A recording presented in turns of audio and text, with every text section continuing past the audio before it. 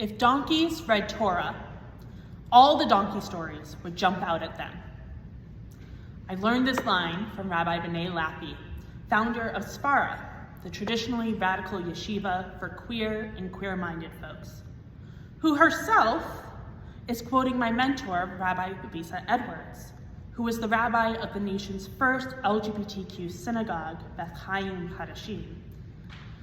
In discussing my sermon with Rabbi Edwards yesterday, I learned that she had adapted this teaching from Rabbi Jonathan Magonet, a British theologian, and now you all are hearing it from me. Talk about a chain of transmission. In her Eli talk, An Unrecognizable Jewish Future, a Queer Talmudic Take, Rabbi Lappi builds on this teaching, remarking on how we all try to find and read ourselves into the Jewish textual tradition. This is the motivation behind Sfara, which provides spaces for LGBTQIA+ Jews and allies to bring our unique perspectives to the study of Talmud and rabbinic literature.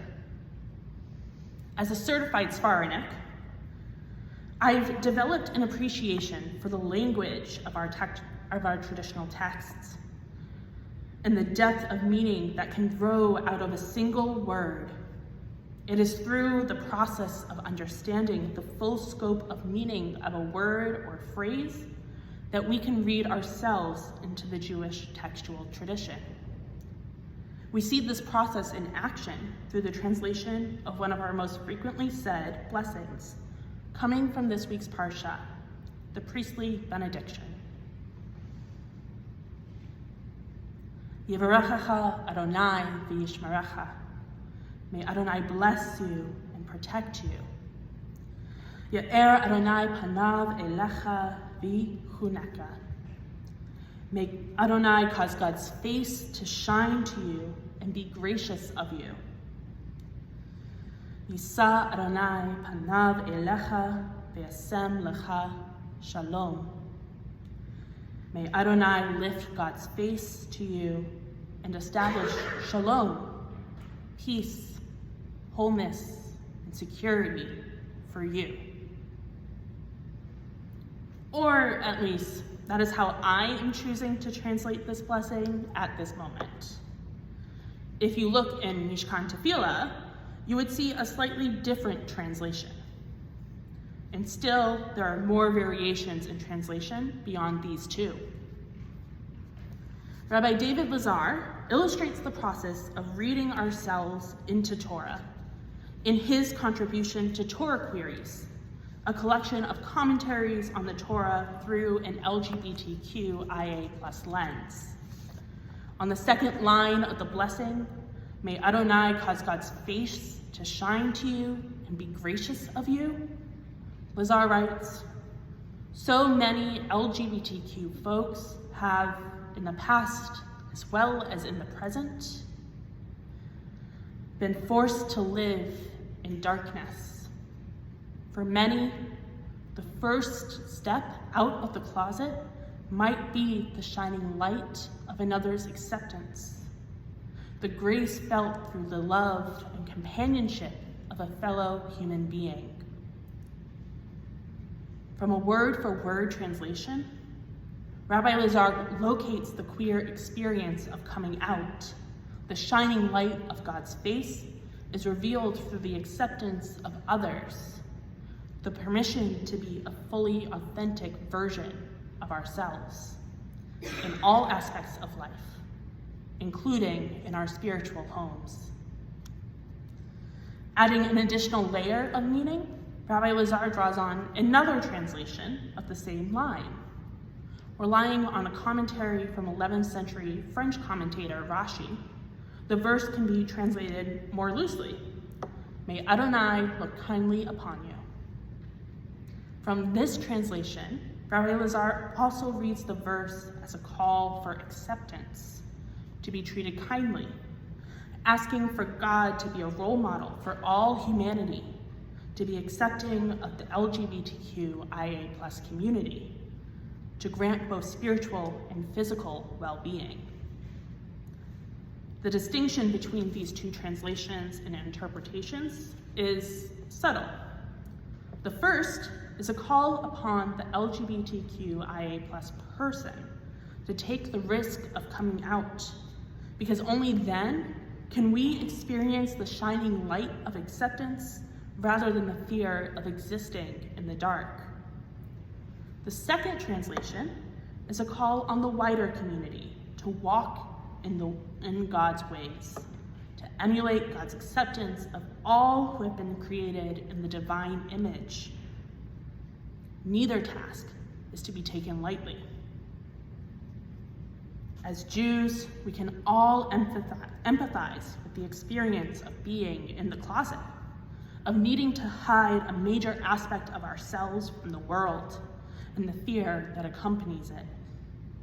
We know and have seen the dangers of a society's unwillingness to accept people who are considered different, with its most extreme expression in the Holocaust and the rise of Nazism, an event that has impacted the course of Jewish history and that of LGBTQIA+ history.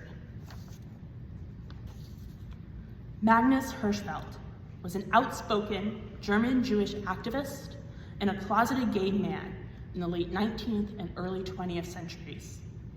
Regarded by his contemporaries as the Einstein of sexology, Hirschfeld was a trailblazer in LGBTQIA+ activism and medical care. Paving the way for Lady Gaga's Born This Way, he argued that homosexuality was shaped by biology, a trait someone was born with, rather than a disease to be cured. Hirschfeld started the Scientific Humanitarian Committee in 1896, through which he lobbied for the decriminalization of homosexuality under German law and worked with the Berlin police to provide trans Berliners with identification documents that accurately marked their gender identity so that trans folks would not be harassed by police.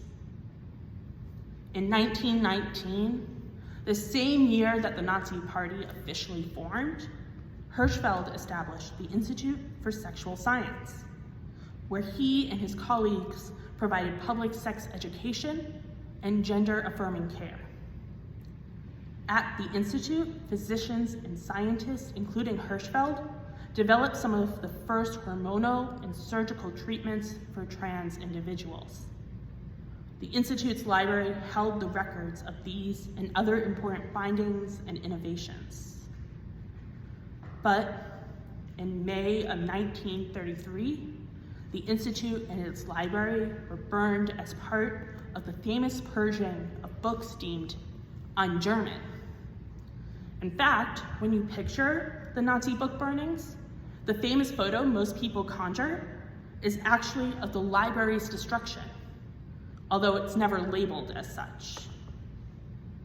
Among the many works destroyed and forgotten was over a decade of research in LGBTQIA+ history and the life's work of one gay Jewish man.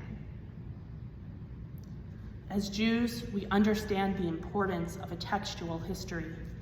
Our tradition is based in it, the expanding library of thought, commentary, and interpretations.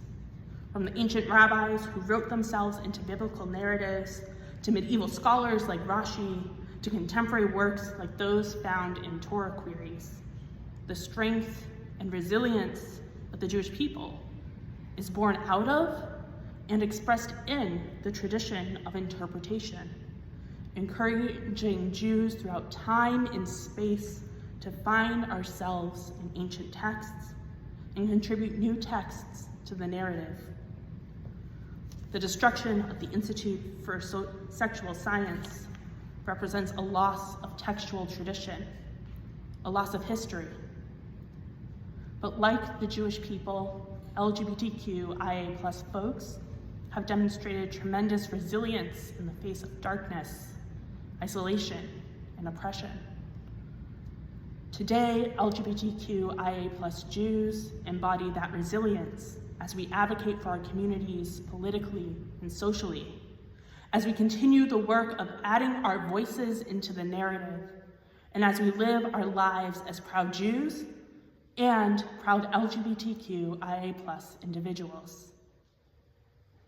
May God bless and protect us all. May God's light shine upon us all. May we be treated kindly and graciously by all. May we all live in shalom, in security, in peace, and in wholeness. Shabbat shalom.